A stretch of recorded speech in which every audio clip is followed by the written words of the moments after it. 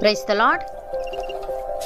ఈరోజు దేవుని వాగ్దానము, మీ పరలోకపు తండ్రి పరిపూర్ణుడు గనుక మీరును పరిపూర్ణులుగా ఉండెదరు. మత్తయి సువార్త 5వ అధ్యాయము 48వ వచనము. సహోదరి సహోదరులారా, ఈ వచనంలో యేసయ్య తన శిష్యులను వారి ఆధ్యాత్మిక జీవితాలలో పరిపూర్ణత కోసం ప్రయత్నించమని పిలుస్తున్నాడు. వారి పరలోకపు తండ్రి పరిపూర్ణుడు గనుక వారును పరిపూర్ణులుగా ఉండేదరని తెలియజేస్తున్నాడు. ప్రియులారా, లోపరహితుడైన పరిపూర్ణుడైన దేవుడు తన ప్రజల ఎదుట ఉంచగలిగే నియమం, ప్రమాణం, ఆదర్శం ఈ వచనంలో ఉంది. పాపంలో ఉన్న ఈ లోకం గాక దేవుడే వారికి మాదిరిగా ఉండాలి. దేవుని రాజ్యంలోని వారంతా కూడా పరిపూర్ణతనే లక్ష్యంగా, గురిగా పెట్టుకోవాలి. పరిపూర్ణత అనే గ్రీకు పదం పరిపక్వత అనే అర్థాన్ని కూడా కలిగి ఉంది. ఇది యేసయ్య తన శిష్యులను ఆయన వలె పరిణితి చెందాలని మరియు ఆయనతో వారి సంబంధంలో ఉన్నత స్థాయికి రావాలని, వారి జీవితాల్లో దేవుని లక్షణాలను ప్రతిబింబించాలని చెప్పడాన్ని సూచిస్తుంది. యేసయ్య మాటలు విశ్వాసులకు ఆయన వలె మరింతగా మారడానికి, వారి ప్రయాణంలో దేవుని మార్గదర్శకత్వాన్ని పొందడానికి ఎంతగానో సహకరిస్తాయి. భక్తుడు ఈ విధంగా అంటున్నాడు: ప్రియులారా, ఇప్పుడు మనము దేవుని పిల్లలమై ఉన్నాము. మనం ఇక ఏమవుదుమో అది ఇంకా ప్రత్యక్షపరచబడలేదు, కానీ ఆయన ప్రత్యక్షమైనప్పుడు ఆయన ఉన్నట్లుగానే ఆయనను చూతుము గనుక ఆయనను పోలి ఉందమని ఎరుగుదుము. ఆయన యందు ఈ నిరీక్షణ పెట్టుకొనిన ప్రతి వాడును ఆయన పవిత్రుడై ఉన్నట్టుగా తన్ను పవిత్రునిగా చేసుకొనును. పాపము చేయు ప్రతివాడును ఆజ్ఞను అతిక్రమించును. ఆజ్ఞ అతిక్రమమే పాపము. పాపములను తీసివేయుటకై ఆయన ప్రత్యక్షమాయనని మీకు తెలియను. ఆయన యందు పాపమేమీ లేదు. ఆయన యందు నిలిచి ఉండు వాడెవడునూ పాపము చేయడు. పాపము చేయువాడెవడునూ ఆయనను చూడనూ లేదు, ఎరుగనూ లేదు అని. ప్రియులారా, మీరు ప్రియులైన పిల్లల వలె దేవుణ్ణి పోలి నడుచుకొనుడి. క్రీస్తు మిమ్మును ప్రేమించి పరిమళ వాసనగా ఉండుటకు మన కొరకు తన్ను తాను దేవునికి అర్పణముగాను బలిగాను అప్పగించుకొనెను. అలాగుననే మీరును ప్రేమ కలిగి నడుచుకొనుడి.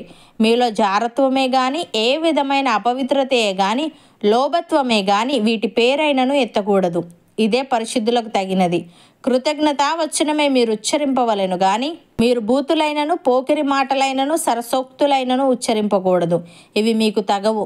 యేసయ్య ఈ విధంగా అంటున్నాడు: మీరు లోకమునకు ఉప్పై ఉన్నారు. ఉప్పు నిస్సారమైతే అది దేని వలన సారము పొందును?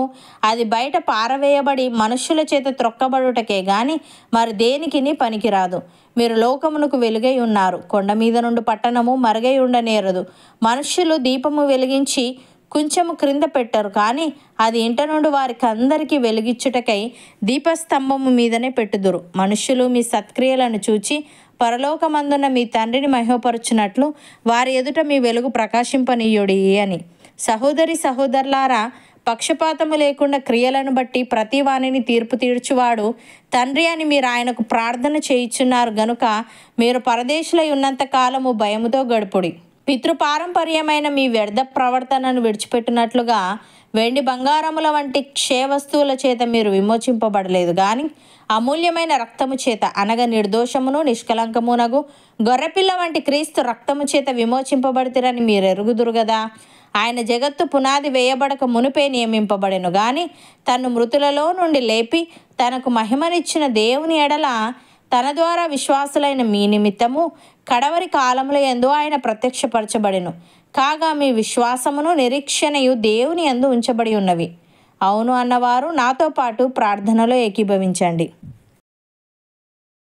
పరిశుద్ధుడా, ప్రేమగల తండ్రి, జీవము గల నా యేసయ్య, మీ పరలోకపు తండ్రి పరిపూర్ణుడు గనుక మీరును పరిపూర్ణులుగా ఉండేదరని, నీ రాజ్యంలోని వారంతా కూడా పరిపూర్ణతనే లక్ష్యంగా, గురిగా పెట్టుకోవాలని నీవు తెలియజేశావు. తండ్రి, నీకు స్తుతులు. దేవా, మేము నీ పిల్లలమై ఉన్నాము. మేమిక ఏమవుదుమో అది ఇంకా ప్రత్యక్షపరచబడలేదు, కానీ నీవు ప్రత్యక్షమైనప్పుడు నీవు ఉన్నట్లుగానే నిన్ను చూతుము గనుక నిన్ను పోలి ఉందుమని ఎరుగుదుము.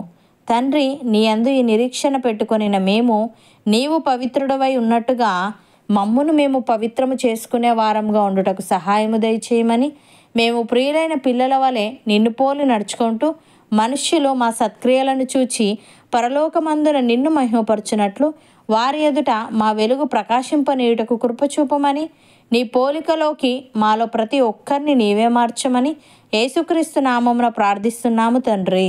ఆమెన్.